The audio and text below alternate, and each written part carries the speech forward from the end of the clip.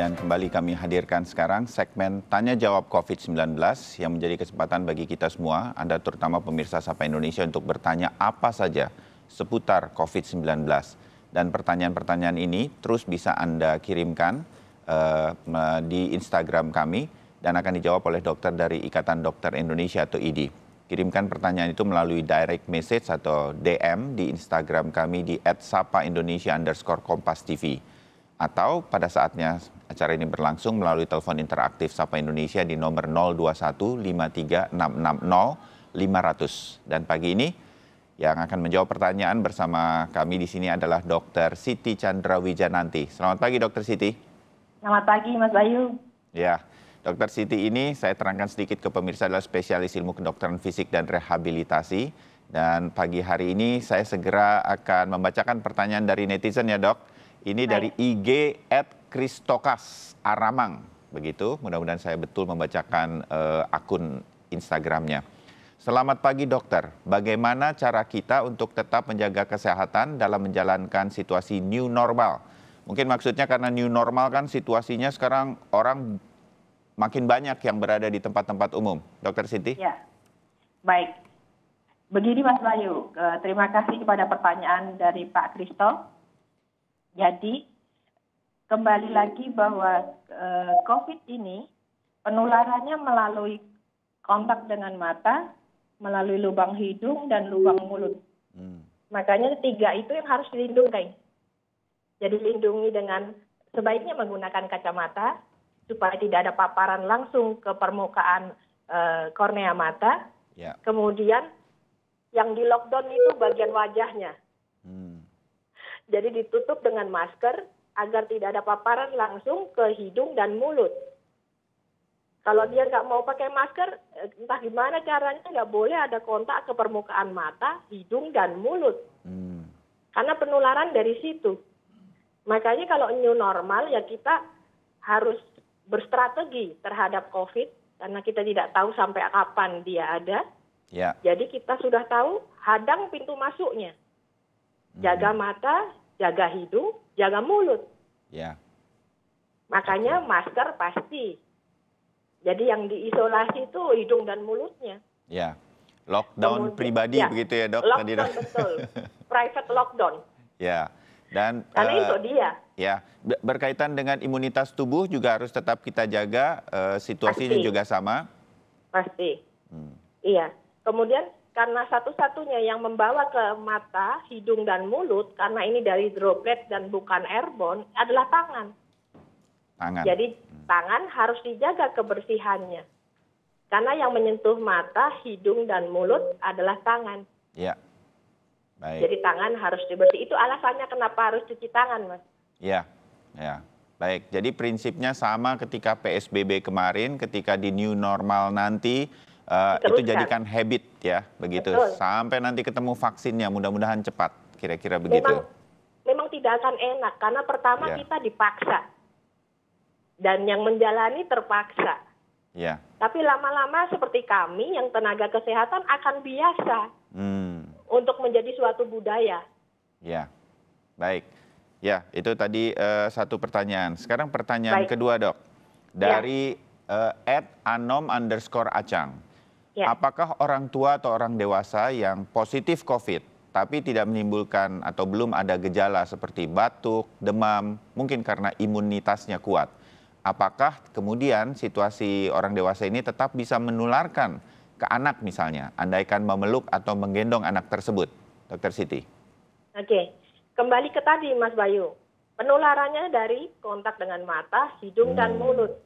Yang menularkan pun droplet. Yang asalnya dari dalam hidung dan mulut. Ya, kalau memang dia sudah confirm positif, positifnya dengan apa? Apakah dengan rapid atau dengan swab? Kami di rumah sakit menggunakan PCR swab. Dari PCR swab itu, apabila kita tahu positif, harus dilihat yang namanya CT value. CT value itu nilainya, apakah swab ini swab yang kuat jumlah loading virusnya atau sedikit. Karena gini Mas, pada yang viral load atau jumlah virus yang tinggi di dalam badan, sekali diputar, 2 kali diputar di servius itu mungkin langsung positif. Tapi ada yang sampai 30-an kali baru positif. Berarti kadar virusnya positif, tapi sedikit. Jadi potensi infeksiusnya rendah. Jadi kalau periksa swab, tolong mintakan ke laboratorium, CT value-nya berapa. Sejawat mikrobiologi klinik atau patologis ini tahu itu CT value-nya berapa. Ya. Karena itu menentukan apakah menular tinggi atau tidak. Karena kuman COVID yang ada di dalam badan, dalam kondisi mati pun tetap terdeteksi COVID. Jadi jasad COVID yang ada di badan kita, misalnya saya, diambil, tetap akan positif COVID, meskipun si COVID itu sudah mati. Ya. Jadi dengan adanya CT value, kita tahu apakah CT value-nya ini diputar berkali-kali baru dia positif, atau langsung baru putaran berapa kali positif. Di situ menentukan swab positif, tapi virulensinya tinggi apa rendah. Ya, ya. Itu yang menentukan dia menular apa tidak, Mas. Tapi kalau mau megang anak ya lebih baik kita pastikan setelah itu ya isolasi pribadi lah, karena kontaknya dari mulut dan hidung. Ya, karena sangat Begitu. mungkin juga situasi tersebut menularkan ya dok ya? Bisa, iya. Oke. Karena ada juga beberapa dari kami, lab sudah bagus, kemudian swab masih positif, Mas, sampai 2 bulan setelah dirawat. Ternyata CT value-nya sangat rendah, jadi dia nggak menular. Jadi yang ada dalam badan kita dari badan pasien tersebut kami sangka mungkin dia adalah kuman virus COVID yang sudah mati. Tapi Baik. masih terdeteksi positif. Ya, baik. Termasuk dalam kondisi yang sedang banyak terjadi ini dan kemudian menjadi perhatian kita. Di dalam sebuah jenazah itu bisa saja virus COVID-19 ini menular masih, ya dok ya? Tergantung, Mas, karena itu tadi virulensi dan CT value. Kan itu ada di dalam sel, mitokondria. Yang ditakutkan kan proses pembusukan pecah gitu. Tetapi cepat akan mati dia sebetulnya. Makanya yang paling penting kan adalah kitanya juga harus bersih. Nah, makanya prosedurnya kan sudah didesinfektan, ya sudah, jadi supaya aman untuk semua. Iya, baik. Oke, itu makin jelas kita dan mendapatkan wawasan dari jawaban dokter yang kedua. Sekarang satu pertanyaan lagi dari netizen yang berhasil kita ambil ini dari @arifli999 ini tampaknya. Dokter, apakah kita bisa tertular COVID bila digigit nyamuk yang nyamuk ini terpapar droplet COVID atau nyamuk tersebut pernah menggigit pasien COVID? Nah, ini bagaimana? Ini mungkin bukan pertanyaan yang pertama, dok, tapi tidak apa-apa mungkin dokter juga kembali menjelaskan soal ini. Baik, ya.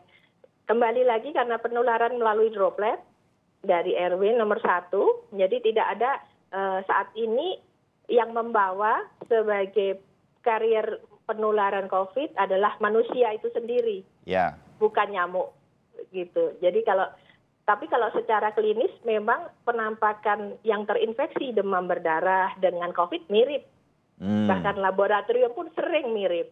Jadi kalau ada demam 3 hari, kami lihat pasti terduganya ada 2, Mas, karena saat ini pandemi. Pertama COVID, kedua DHF. Jadi kami singkirkan dulu apakah ini bukan dengue. 3 hari kita periksa NS1, biasanya kalau tidak kemungkinan besar COVID karena saat ini ke pandemi. Jadi kalau di kami adanya confirm COVID dengan swab atau probable COVID, gitu, kemungkinan COVID. Tapi kami harus singkirkan. Ya, jadi COVID-19 ini menularnya bukan melalui nyamuk seperti demam berdarah, jadi masyarakat tetap harus mengerti ini dan mudah-mudahan terus menjaga imunitas tubuh dan lain-lain. Dan menuju new normal, kalau di Indonesia nanti bulan Juli ini akan new normal, sekarang masa transisi, biasakan diri kita, masker, cuci tangan, itu selalu menjadi bagian dari hidup kita ke depan. Kira-kira begitu. Betul. Ya Dokter Siti ya? Sama tambahan yang dibilang imunitas tadi ya Mas, karena kita tahu, yang imunitas yang tadi disebut, kita tahu bahwa virus ini mereplikasi diri membutuhkan gula, glukosa tinggi. Oleh karena itu orang-orang dengan komorbid diabetes itu yang tertinggi. Karena dia mencari itu, dia membutuhkan itu untuk mereplikasi diri. Jadi penting untuk be a bad host, jangan mau ditumpangi oleh kuman COVID, virus COVID gitu. Jadi ya kendali gula. Ya. Bagi yang pola hidupnya terlalu banyak gula gitu ya tolong dikendalikan. Karena kalau Anda tetap menjalani itu berarti berbagi dengan virus COVID. Ngasih makan virus gitu. Ya. Nah, ini juga wawasan yang menarik yang sudah disampaikan dokter. Baik, dok, kita jeda sebentar untuk kemudian menerima line telepon interaktif yang juga akan bertanya langsung ke dokter Siti. Tetap bersama kami di Tanya Jawab COVID-19.